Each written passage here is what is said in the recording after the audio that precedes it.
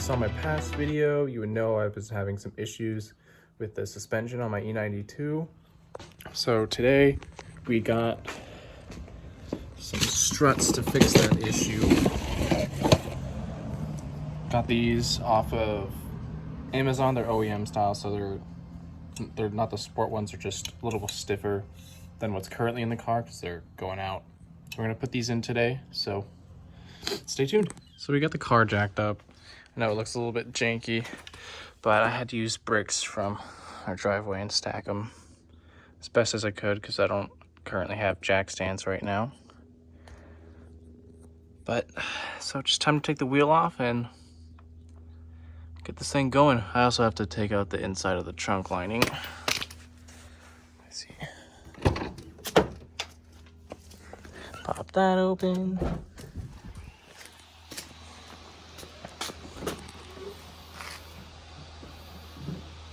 We gotta get all of this out so I can access the top of the strut. So let's take care of that first. All right, so we're gonna start off by popping these clips off here. We got 4, 1, 2, 3, 4. Just get these off. Set those aside. There we go. That one didn't quite come out as I thought it was going to, but still good. Last one.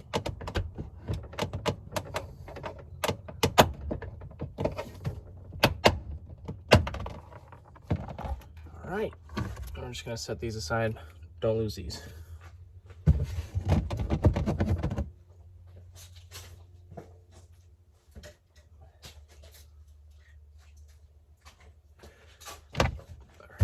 Just gonna work our way to popping this off. Pretty sure there's screws that we need to get to the top over here. I got 2 Phillips head screws at the top here.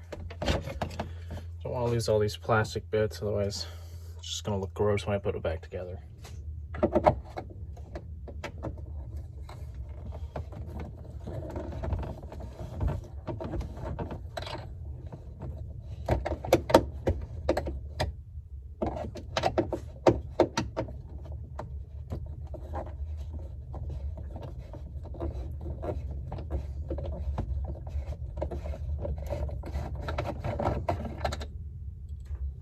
One down, one to go.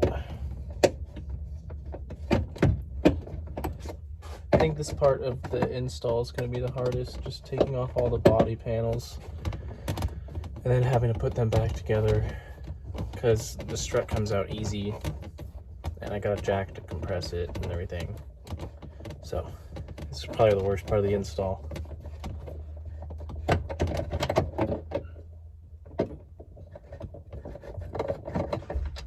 And number 2. Good way to keep track of all your bolts and clips for the interior. Trick I learned from Money Pit. Shout out to Zach. This is Job's. Put them in solo cups or baggies, and you can just get a Sharpie and write on them, so that way you know where everything goes when you have to put it all back together. All right, so we got the bottom part of the trunk interior pulled out. Just left with this, and now we're gonna pop a few clips off around here and just get this panel off. Start by taking this out.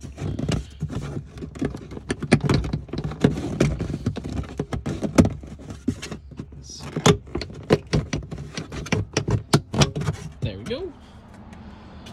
Just chuck that over there. Oops. All right, and now I don't know if we need to take this panel off or if we could just take this. I'm looking at a flat head and just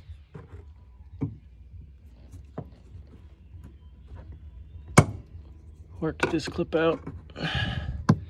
Seems like it's going to be a pain in the butt. All right, so all clips are popped off. We got 1, 2, 3. Now we just got a T30 Torx that, and this part should just come free. So let's get that done. Because it's so hard to film and work on the car at the same time, I went ahead and took off this entire panel off camera. And I took the top off, so we're just gonna need to loosen this. And I also took the liberty of jacking up the wheel hub, because once we untighten the bottom here, this spring's gonna want to shoot down the control arm, and we don't want that to happen, so just got it supported here by the old jack. But all right, let's get to it. I don't know if I should start at the bottom or start at the top. I think I'm gonna start at the bottom,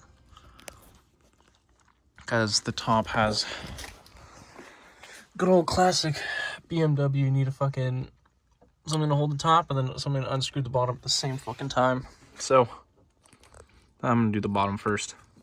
Don't roast me for this, but I watched a couple of videos, and a lot of the videos said they started with loosening the top one. Oh crap. A lot of videos said that they started by loosening the top one, so that's actually what we're going to do first instead of starting with the bottom. But bottom's still supported, so let's hit this. We got a 16 on the bottom and a 6 mil Allen hold for the top of the nut. All right, let's do it.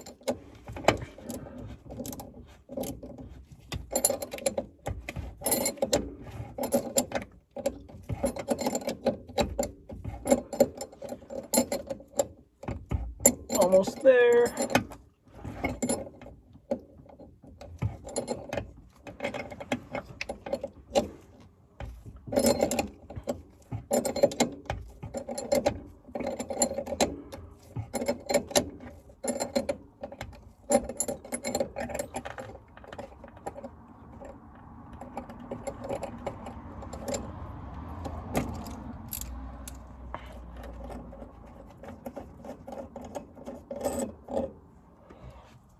All right, there it is.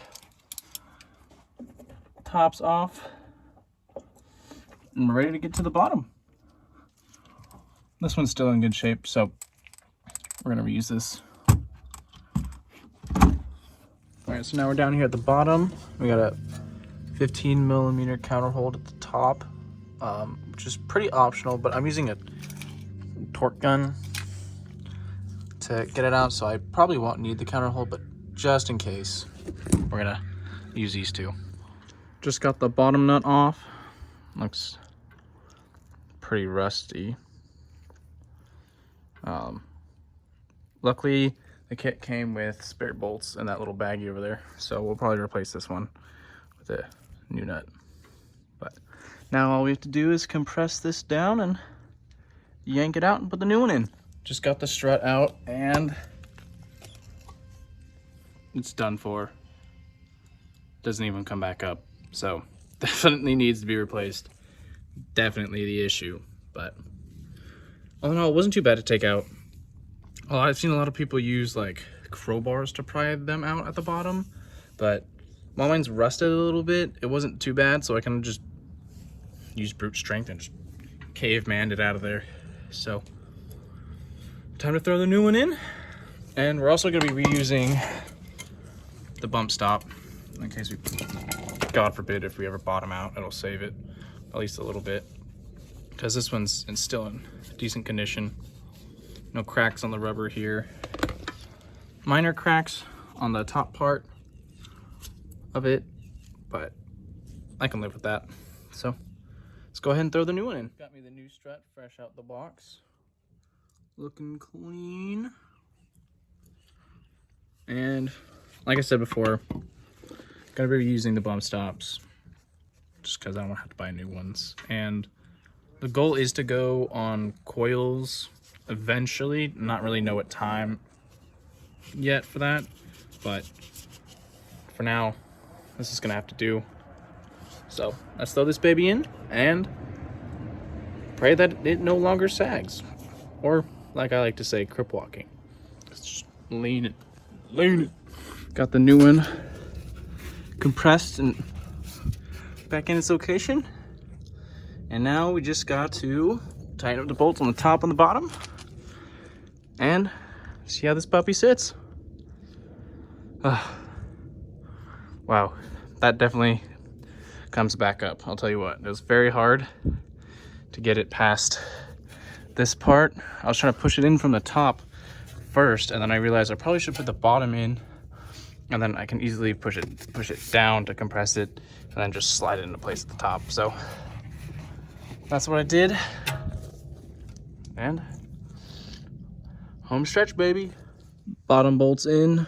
Now just got to do this top collar with the counter hold, and we should be all set to throw the wheel back on and give this baby a test run and see if I need to roll the fenders more. But cross your fingers, I don't have to, because that was a pain in the ass. All right, so the top collar's back in, and before I put all the interior back on, I think I'm going to throw the wheel back on and see how it fits before I deal with any of this plastic bullshit. I'm also gonna I want to clean out this area right here a little bit, because it looks fucking disgusting.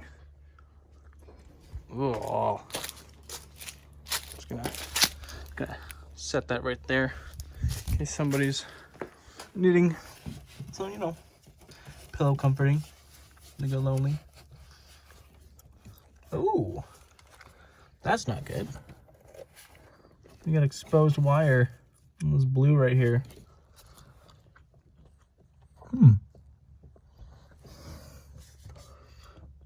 Whatever. I haven't had any issues, so I'm just gonna leave it. But I'm gonna clean all that out because that's disgusting. All right. Final moment of truth. We're gonna let this down. Let's see how it looks. Let me set you guys up so you have a better angle than I do.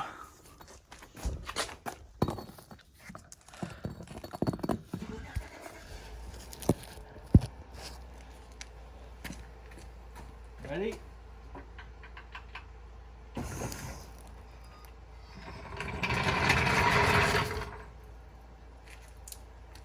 Woo! I call that fitment if I've ever seen it.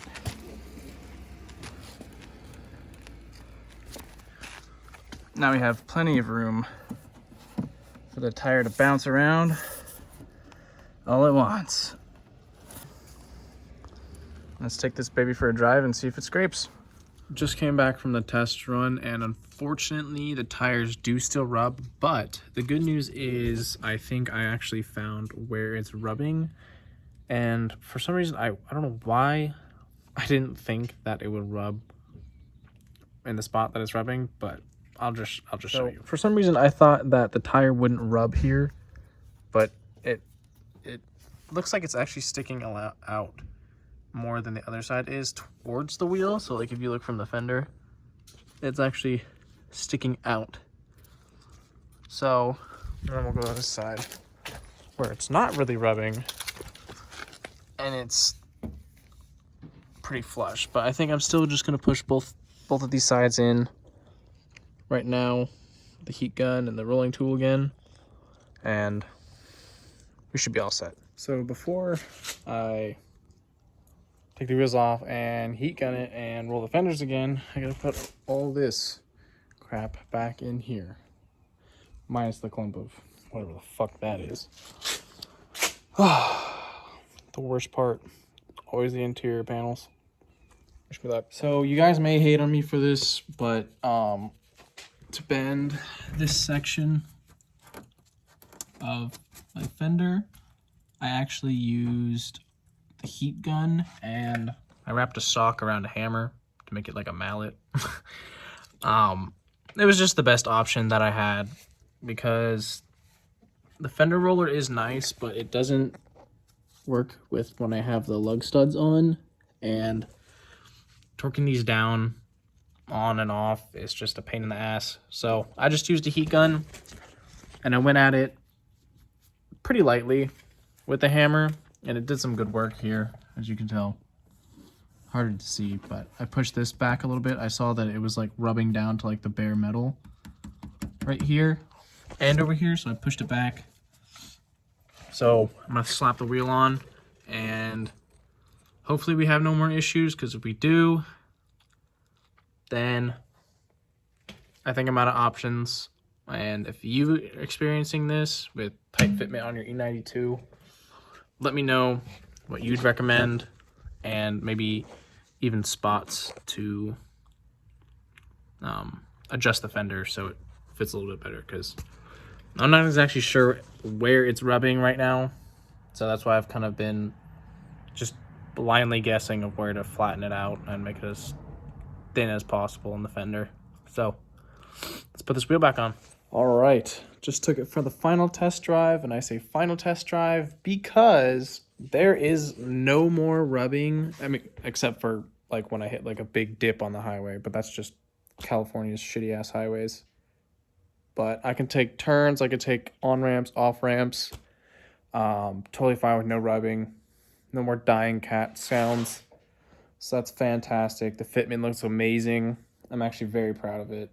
I was worried it wasn't actually going to turn out as good as it did, but I can deal with a little bit of rubbing.